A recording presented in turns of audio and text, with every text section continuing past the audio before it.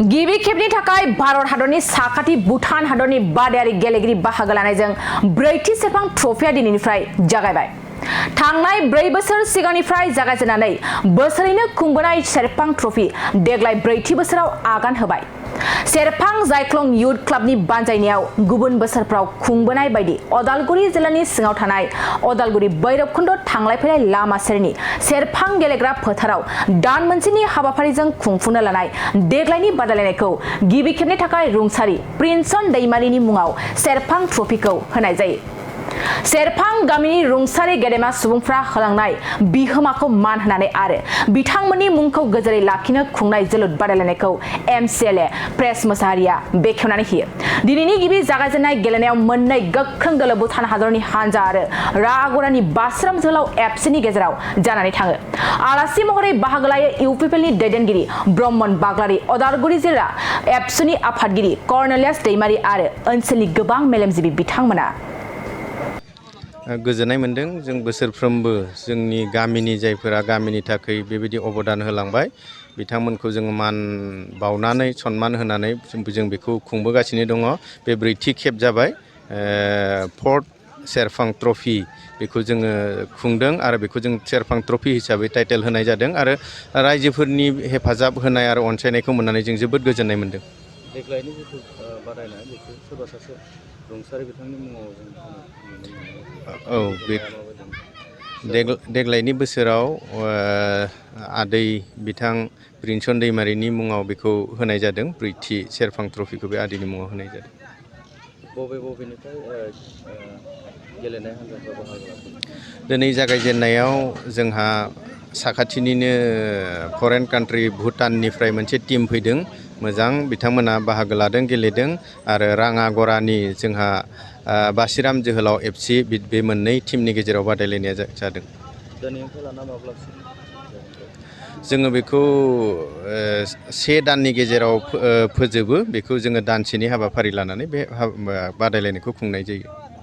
देरहागिरि बान्था महरै औ, बेखौ देरहाग्रानो जोङो ट्रफिजों लोगोसे 40,000 रां हरफानाय जायो आरो रानार्स आपनो जों ट्रफिजों लोगोसे 30,000 रां हरनाय जायो। लोगोसे बेस्ट प्लेयार थायो आरो गुबुन गुबुन बान्थाफोरबो थाबावदों। जाय बिथां रुंसारिनि मुङाव बेखौ गोसोखांथियाव गेलेनायखौ होबाय, बेबायदिनो आरो गुबुन गुबुन थाबावगोन बिथांमोननि मुङावबो होगोन बिथांनि मुङाव। आरो देग्लाय जिथु गिबि जागायबाय बिथांखौ गिबि खेबनि थाखाय खेबबा खेबसेल' थाखाय खालामगोन ना आरो इयुनावबो बिथांनि मुङावनो होबाय? औ, बेखौ बेबायदि खालामबोनाया दिनैसिम ब्रैथि खेब जाबाय बे फोर्थ सेरफां ट्रफि आरो फैगोन बोसोर बेबायदिनो फारि फारियै जों बेखौ होबोगासिनो दङ आरो बेबायदिनो जोङो समाजनि जायफ्रा अबदान होलांबाय जों फारि फारियै बेखौ जों कन्टिनिउ खालामगोन। लाइमोनफोरनिसिम मा मेसेज? बेखौ बेसिकेलि लाइमोनफोरनि थाखायनो जों बे प्लेटफर्मखौ होनाय जादों। मानोना लाइमोनफोरा बेलासि समाव गुबुन गुबुन भुटानफोरथिं बेरायनो थाङो, गुबुन गुबुन जायगायाव थाङो। बेनिखायनो जाहाथे बे दान्दिसे सम 3 घन्टासोखौ बेयाव फिजिकेल फिटनेस आरो मरेल सापर्ट आरो गुबुन गुबुन समाजनि सोमोन्दै एसे बुजि मोनो आरो बेयाव बिजि थायो। बे गासै लाइमोनफोरनि बे सांग्रांथिखौ नोजोर होनानैनो जों बे हाबाफारिखौ बेसिकेलि खुंनाय जायो। बेखेवगिरि महरै देग्लायनि बे ब्रैथि फोर्थ सेरफां ट्रफियाव बेखेवगिरि महरै जोंहा एमसिएलए बिथां प्रेस मोसाहारि, लोगोसेनो इउपिपिएलनि भाइस प्रेसिडेन्ट बिथां ब्रह्मन बाग्लारि, बिथांमोन सानैया आलासि महरै नुजाथिफैनो हायो आरो गुबुन गुबुन मानिजाथाव माखासे आलासिफोरबो दंफादेरो। रायजोनिसिम जोङो खावलायगोन डिसिप्लिनखौ मेनटेन खालामनो। जों बेखौ जेब्ला खुंगोन रायजोफोरा जाहाथे बाइकफोरखौ गारिफोरखौ मोनसे डिसिप्लिनाव दोनो आरो टिमखौ जाहाथे फिल्डआव नांलाय खमलाय खालामनायनि रावफोरखौ दा बुंहरथों आरो रायजोफोरनि हेफाजाबावनो जों बेखौ खुंदों। बेनिखायनो जेब्लासिम जोङो बेखौ मोनसे लाइमोनफोरनि थाखाय प्लेटफर्म होगोन, रायजोफोरा जाहाथे जोंखौ हेफाजाब होगोन आरो डिसिप्लिनखौ मेनटेन खालामगोन, बेखौ आङो रायजोफोरनिसिम रिकुवेस्ट होबाय। रायजोफोरखौ लोगोसेनो दिनैनिफ्राय जागायजेननानै फैबाय थानाय सम फाइनालसिम लैहोर लैहोर फैनानै नायफैनो थाखाय आङो एकदम गोसोनिफ्राय खावलायहरदों। Very first, I would like to thank organizing committee for extending invitation to our team. And this is the first time we are participating late Prince Daimari Memorial football tournament. And from our side, we had a very limited time for preparation. We could not arrange a player from other parts of Bhutan. So whatever the play we have today is from our local area only.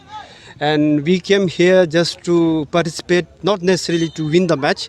And our basic motive of participating in this tournament is to foster a relationship and taking it into a next level. So next, in case if your organizing committee happen to organize football match next year, we would be more prepared and we would like to participate the same. Welcome most welcome. Yeah. क्या उम्मीद रखते हैं आप लोग इस match से? इस match में सर मेन तो सर ये था सर, पहला से हम लोग एक लोकल लेवल में ऐसा इनफॉर्मल टीम लोग का साथ तो खेल रहा था सर, लेकिन आज इस मंच पर इस ग्राउंड में आके सर एक ऑफिशियली फॉर्मली पार्टिसिपेट करके हम लोग का एक्सपोजर भी मिला। एक मेन तो एक रिलेशन अच्छा रखने के लिए है सर, मेन हम लोग का, because we want to keep relationship alive. This has been पहला से जनरेशन का रिलेशन था सर। अभी थ्रू फुटबॉल जो हम लोग के लिए न्यू टूल, न्यू हम लोग के लिए एक मैकेनिज्म जैसे मिला sir, through football we can also foster relationship को स्ट्रॉन्ग रखने के लिए एक हम लोग के प्लेटफॉर्म जैसे हम लोग कोई उम्मीद लेके इधर आए sir. Any message to viewers from message मतलब we are very happy to see our opponent team playing very fairly. First thing, हम लोग सोचा था थोड़ा रफ होगा सोचा था, लेकिन बहुत अच्छा से खेला। And this is going to be our message. अभी हम लोग वापस भूटान जाके नेक्स्ट टाइम के लिए भी हम लोग का ओपोनेंट जैसे था उसका तरीका हम लोग भी कुछ वो करने के लिए हम लोग को भी एक अपॉर्चुनिटी मिला। मैसेज मतलब एक दूसरा मैसेज मतलब मेरा तरफ से और ऐसा प्लेटफॉर्म क्रिएट करके not only this match, future में वॉलीबॉल भी है, दूसरा स्पोर्ट्स भी है, हम लोग साथ में खेल के पार्टिसिपेट करके आगे लेना चाहता हूँ वो मैसेज। दूसरा मैसेज जो we are also like we concern about drugs. आजकल यूथ लोग ड्रग्स में इंगेज कर रहे हैं, कुछ प्लेटफॉर्म नहीं मिल रहा है। थ्रू स्पोर्ट्स में इंगेज करने के लिए मौका देगा तो वो लोग के लिए भी एक पॉजिटिव टाइम इंगेजमेंट हो रहा है। Main to drugs and this Bhairabkunda is known for alcoholic. आजकल कितना एक्सीडेंट हो रहा है, हम लोग के लिए भी तो बहुत कंसर्न है since we are immediate neighbour of this area. So youths के लिए हम लोग का तरफ से एक मैसेज है, ड्रग्स में इन्वॉल्व मत कीजिए। सेकेंड थिंग अल्कोहल में, क्योंकि बहुत फ्री अल्कोहल के लिए फ्री अल्कोहल का वजह से बहुत एक्सीडेंट हो चुका है and it has cost life of many young people like us. Thank you. सेरफांगुरियाव बाजाज बाइक लानो गोसो गुदुं सुबुंफोरनि थाखाय गाहाम खौरां। सेरफांगुरियाव थानाय पंका एन्टारप्राइज बाजाज शोरूमा फैगौ 25 सेप्तेम्बरनिफ्राय 29 सेप्तेम्बरसिम मेगा लन काम एक्सचेन्ज मेला खुंफुंगोन। बाइगिरि बिथांमोननो आरसि इन्सुरेन्स लाफानानै 10,999 रां बेसेनावनो लवेस्ट डाउन पेमेन्ट होनानै बाइक लानो हागोन आरो 500 रां होग्रोनानै गोसोबायदि बाइकखौ आवग्रिना दोननो हागोन। नोंथांमोना सेरफांगुरियाव थानाय पंका एन्टारप्राइज बाजाज शोरूमजों लोगोसे कसुगाव फेस्टिव आउटलेट आरो सराइबिल फेस्टिव आउटलेट ब्रान्च शोरूमावबो खुंफुंजानाय मेगा लन काम एक्सचेन्ज मेलायाव फैनानै नोंथांनि लुबैनाय बाजाजनि बाइकखौ लांफैनो हागोन। पंका एन्टारप्राइज बाजाज शोरूमा लोगोसे मोजां अफार लाफादेरदों। 5 लिटार पेट्रल फ्री, गंनि हेलमेट फ्री, केस होनानै बाइक बायगिरिफोरनो 2,000 रां केशबेक हरफिननाय जागोन आरो मेगा लन काम एक्सचेन्ज मेलायाव बाइक बायगिरिफोरनो 1 बोसोरनि थाखाय 2 खेब फ्री वाशिं होनाय जागोन।